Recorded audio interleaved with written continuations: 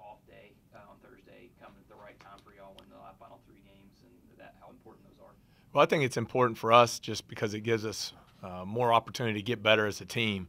We have a lot of areas of improvement we need to make this week. Really need to lock in at the defensive end of the floor, clean some things up there. And then from an offensive standpoint, continue to improve our execution and stressing the importance of value in the ball.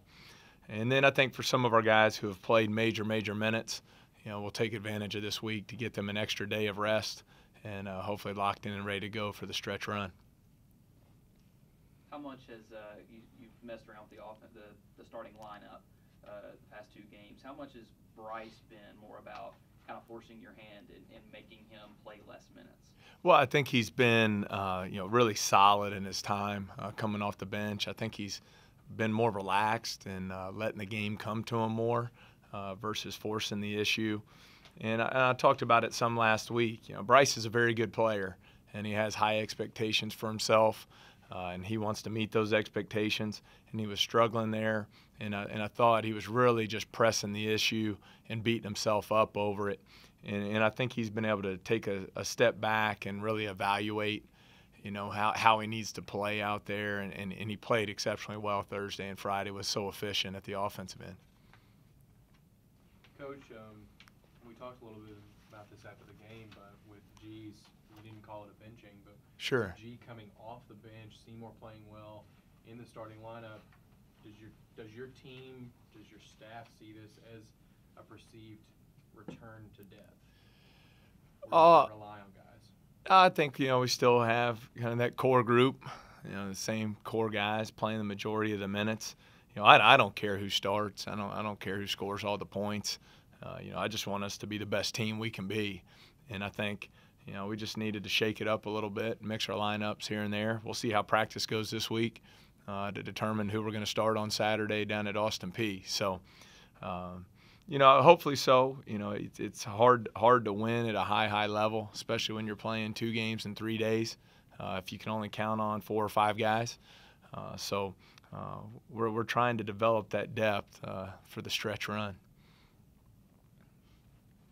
Seeing the way the team has played, last 2 games as far as shooting percentages, they've gone way up, and everyone's seems to be finding a rhythm. Is this was kind of you've been waiting for all year long for everyone to start clicking at the same time? Well, that's been important for us.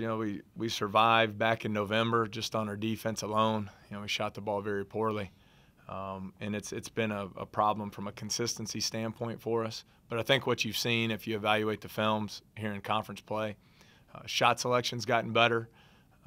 We're in the top of the league in assist rate. We're assisting on about 60% of our baskets.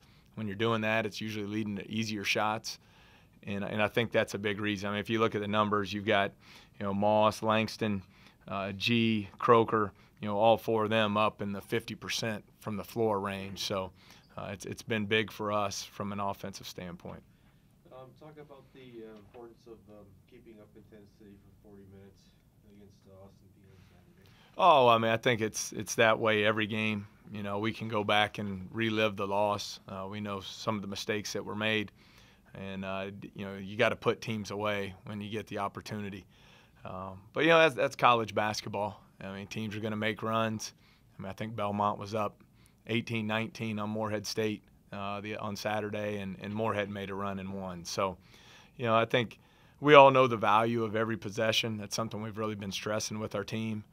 You saw it up at Edwardsville. We're up 10 or 12 and failed to convert some 2-on-1 fast breaks, made a couple poor decisions, and before you know it, it was back to a 1-possession game. So, just trying to really stress that with our guys. We can't afford empty trips, and when you look at the Peay game the first time, 14 turnovers, and credit Austin Peay, they're second in the league in forcing turnovers, but we just turned the ball over too much to win that game.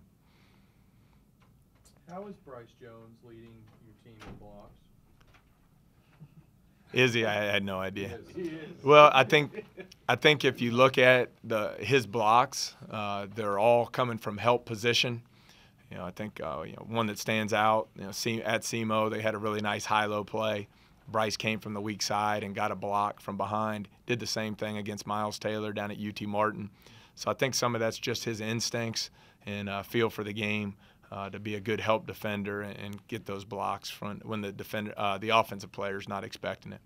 How would you evaluate Culver's play over the last couple of games? I think he's been solid. I think I know he would have liked to have finished some of those layups he missed on Saturday, but I think he's given us a spark. He's really defended well. He applies a lot of pressure to the other team's point guard. And in league plays, 12 assists, only 5 turnovers. So that's an area he's really improved upon as the season's gone on, eliminating some of those self-inflicted wounds that he had earlier in the year.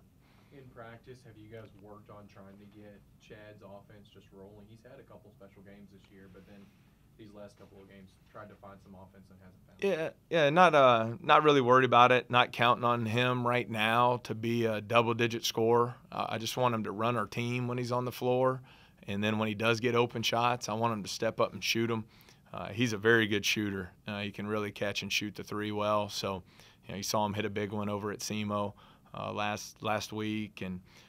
But as far as him trying to create his own offense, I think that's where some of the turnovers took place for him earlier in the season. And I think he's doing a better job of just running the team when he's out there on the floor right now. You talked about how important this week was and things that you need to work on, but is there anything specific that you're trying to get your team to work on or try to improve, in particularly going forward?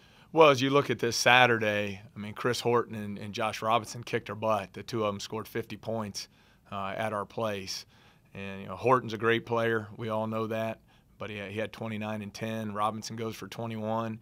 And then I thought Zach Glotta, he whipped us at the point position as well. He had 11.6 assists, hit the big three late. So, I think as you get into late February and March, you have to have your defense as good as it can possibly be. So we'll continue to focus on improving our half-court man-to-man defense.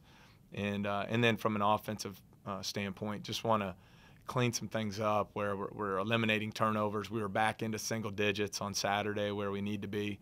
And, anytime you have 18 assists, 8 turnovers, you're probably playing pretty well at that end of the floor. You guys have had some emotional things this season with injuries, this and that. What was it like to just see your guys respond on Saturday after such a quick turnaround with Benny's passing away? Well, I was happy for our guys, to come out and shoot the ball that way. I mean, that's, it's a lot more fun when you shoot the three, 11 of 16 and a half. But I talked about it after the game. I told them before, and they all know Benny. Benny comes around. He's an unbelievable supporter of our players and our coaches. And, I shoot 10 days ago at SEMO. I look up an hour and a half before the game. He's the first one in the arena.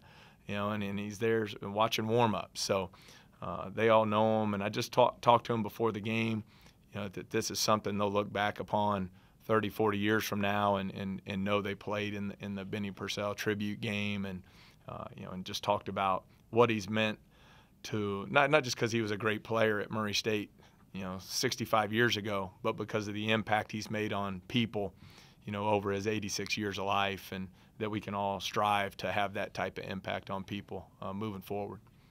Is this the kind of performance that you guys can ride through for the rest of the season? You hope so. I've never been a huge believer in momentum. Every game stands on its own. I mean, Austin Peay doesn't start with a 3-point lead because they beat us last time. We got to go down there locked in on playing every possession, like it's going to decide the game. And that's been what we've stressed to our guys. That possession. Sure, the late turnovers against Peay in the first matchup cost us, but I can go through possessions in the first half that cost us just as much. So just trying to get better in all areas as we go down the stretch here. And bless you. It's a good effort, Will. And, we know what's on the line, but our focus is simply, can we improve upon our team chemistry this week? Can we get better offensively and defensively and put ourselves in a position to win a game on Saturday?